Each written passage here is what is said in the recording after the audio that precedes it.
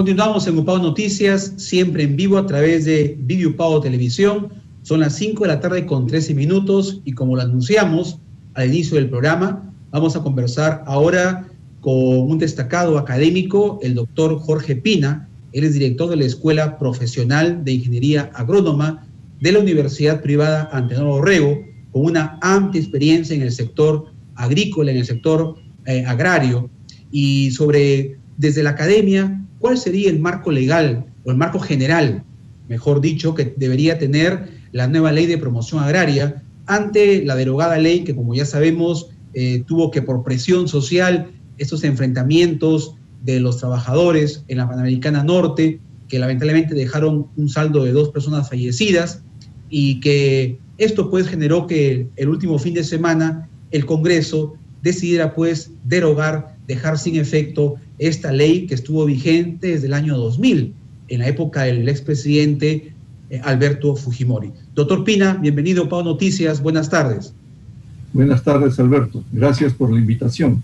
A usted, doctor, por su gentileza de aceptar nuestra invitación, porque es muy importante informar a la opinión pública en base a hechos reales, y su experiencia es muy importante de cuál es la situación actual del sector agrario, y sobre todo cuál debería ser el marco general de esta nueva ley de promoción agraria, debido a que ya la que estuvo vigente hasta hace unos días fue derogada por el Parlamento. ¿Cuál es su opinión, doctor Pina? Antes que nada quisiera lamentar la pérdida de 2 vidas de gente que trabaja en el agro, de gente que trabaja en agroexportación. Indicar que gracias a la agroexportación en Trujillo, exactamente en la zona de Chave y Virú, hay prácticamente pleno empleo. Esto significa que no hay desempleados, prácticamente. La ley esta es, como usted dijo, como tú dijiste, Alberto, de la época de Fujimori, y tenía ciertas desventajas para los agricultores, porque las vacaciones no eran de 30 días, sino de 15 días. Tenían solo 12 sueldos al año en lugar de 14, además no tenían CTS, etcétera, etcétera, etcétera. Y se hizo con el motivo de incentivar a las empresas a que invirtieran, a los empresarios a que invirtieran en agroindustria, en agricultura con fines de agroexportación. Bueno, esto ha sido un éxito y gracias a eso en Trujillo estamos como estamos. Gracias a eso durante la pandemia no hubo mayor desocupación, porque el agro es el rubro económico que más empleo directo da muchísimo empleo directo. Y la agroexportación enormemente, sobre todo los frutales y el espárrago también.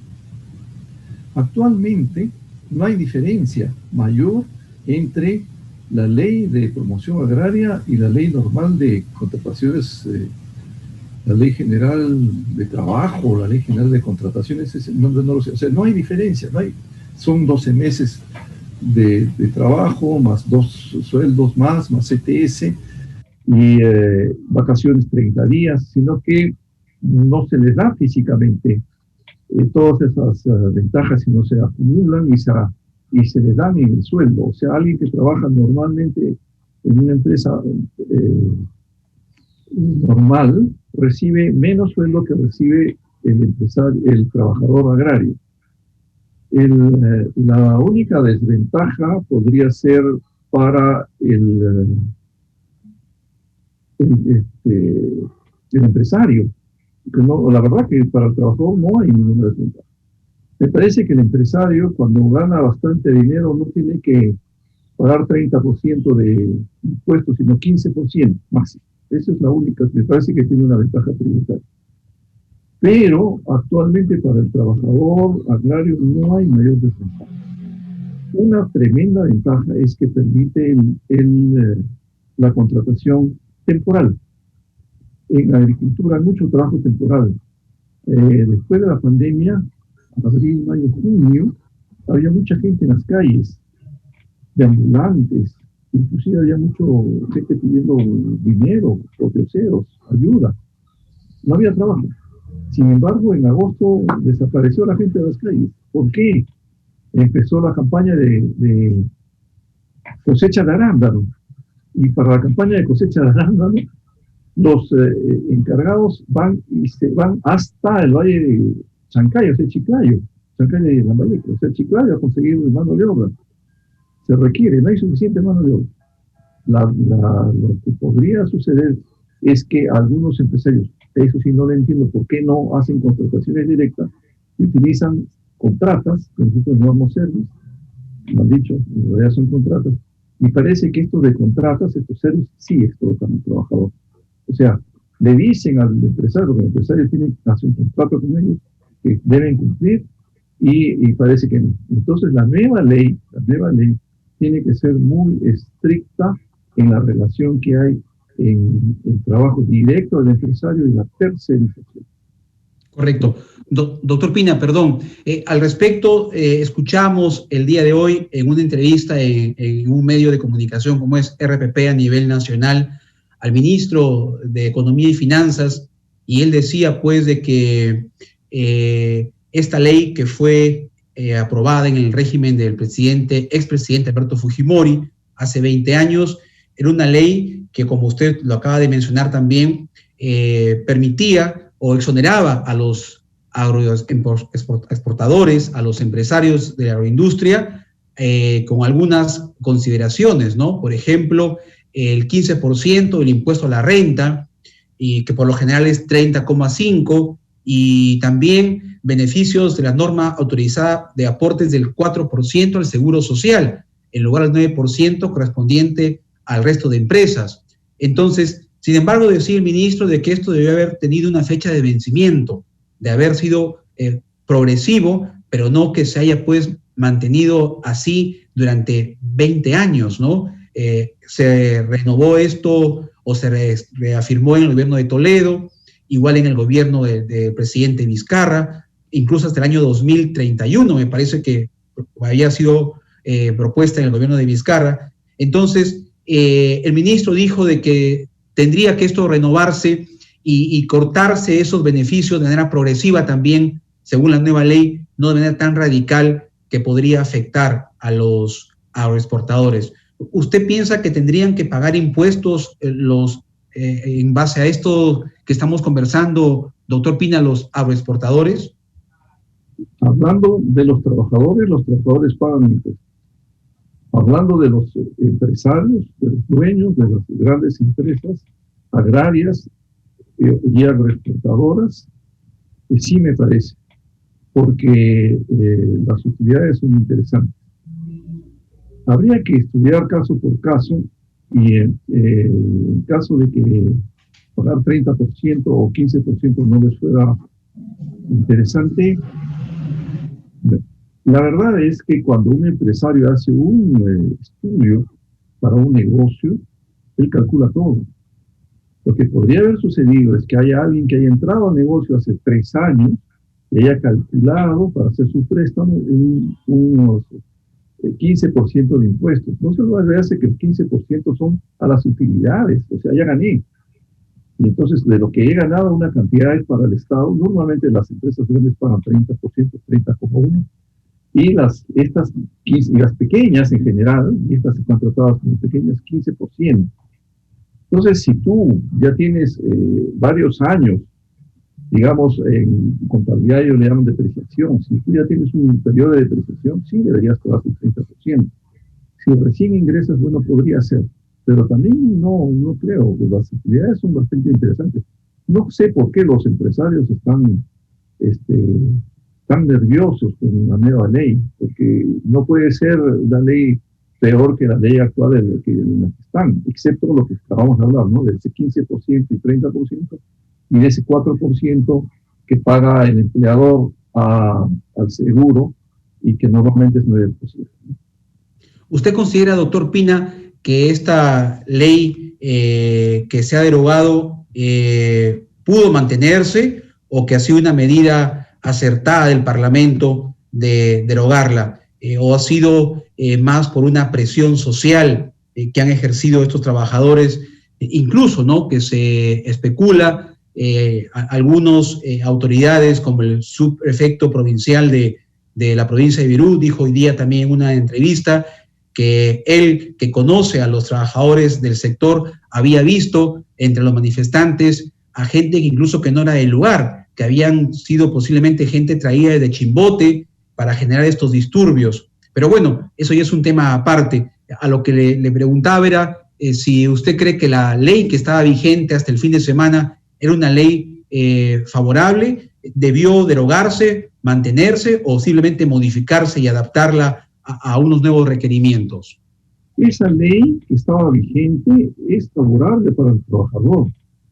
Lo más importante de todo es que lo formaliza. Antes de la ley, hace 20 años, no había trabajadores, casi no había trabajadores formales en el agro. Entonces ahora son formales, y no solo son formales, sino reciben los beneficios que cualquiera de nosotros, igual. Ese es lo primero. O sea, a ellos no les afecta. Lo segundo, no se debe nunca ceder ante la presión social. Un parlamento tiene que tener el cerebro frío, el corazón caliente, para poder estudiar bien la ley, estudiar qué cosa es lo que se está derogando, por qué la vamos a cambiar. Y probablemente sí haya habido infiltrados en esas marchas, en esas sazonadas. Pienso que igual que en la de Lima, porque yo trabajo con trabajadores agrarios hace 40 años, 50 años. No son gente violenta. Cuando he visto en esa zona, la conozco bien, cuando he visto la televisión, cómo han salido apedreando a policías, ellos no son así, no pagan nada. Son gente de conversación, hacen sus huelgas, sí tienen derecho, pero en otro nivel. Y además, la huelga no tiene por qué ser contra el Estado, contra todos nosotros. Si tu empresa X no cumple con la ley, la huelga es al empresario. Y al empresario sí le vas a hacer daño si dejas de trabajar, porque deja de tener ingresos y por eso se conversa. Pero ¿por qué tienen que tomar una carretera? En eso sí no estoy de acuerdo. Además, los trabajadores agrarios no son así. Yo estoy con no lo he escuchado las declaraciones, pero estoy con ese subprefecto de que ha habido infiltrados. Sí, ahora, hay también versiones, doctor Pina, porque siempre es bueno escuchar a ambas partes. Algunos trabajadores, no todos, han manifestado de algunas empresas agroexportadoras que obviamente de que ellos, por ejemplo, terminan su vínculo laboral con la empresa que los contrató, los liquidan y se quedan en nada. O sea, es decir, porque ya en el sueldo de los 34 soles, me parece que era según la ley, ya estaba incluido la CTS, y cuando ellos terminaban su vínculo laboral con la empresa, ya no prestaban sus servicios, entonces salían y se quedaban prácticamente sin ninguna pensión. Eso es lo que ellos han manifestado. ¿Es así, doctor, dada su experiencia, usted que comenta que conoce muy bien el sector?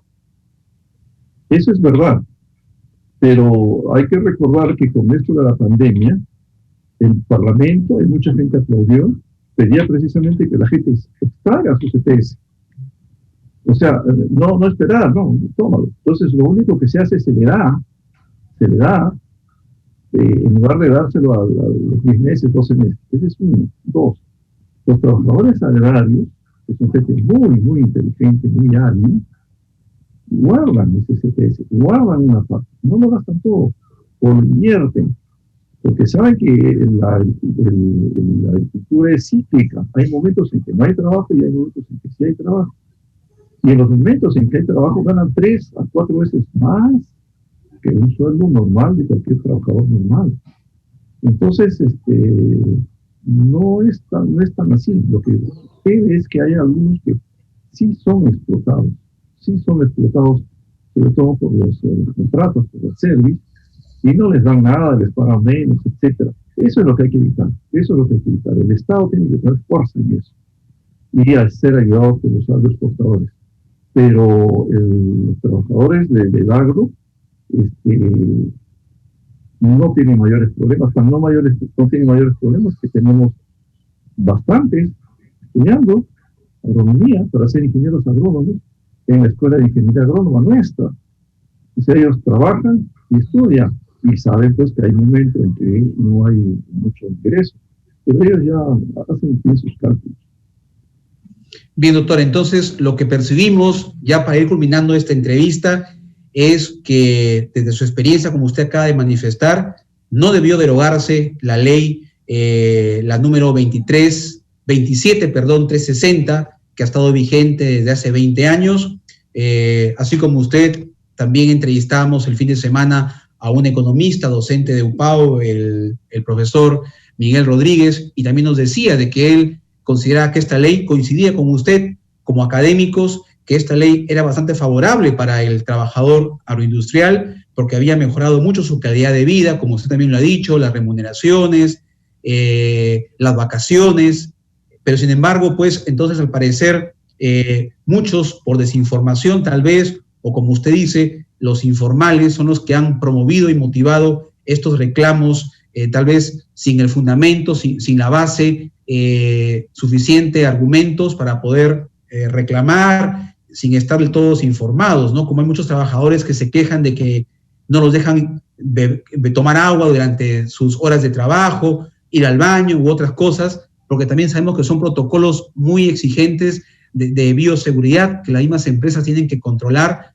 para evitar que se contaminen los productos, ¿no? Entonces yo creo que hay también una tarea pendiente de los empresarios de informar, de comunicar bien las normas a los trabajadores, y seguro, como ya lo ha advertido el viceprefecto, subprefecto en Virú, que ha habido gente infiltrada, malintencionada, que pues ha generado toda esta situación de zozobra en la ciudadanía.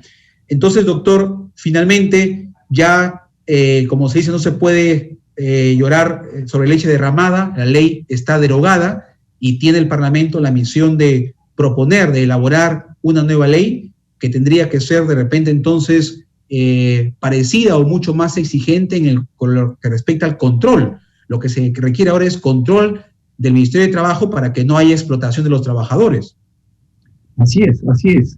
El Estado tiene que estar presente, porque las empresas son muy positivas, inclusive han puesto un hospital en Virú y han puesto una fábrica de oxígeno para trabajadores, para COVID-19, no trabajadores, para la población en general. Están mejor servidos que nosotros acá en Trujillo.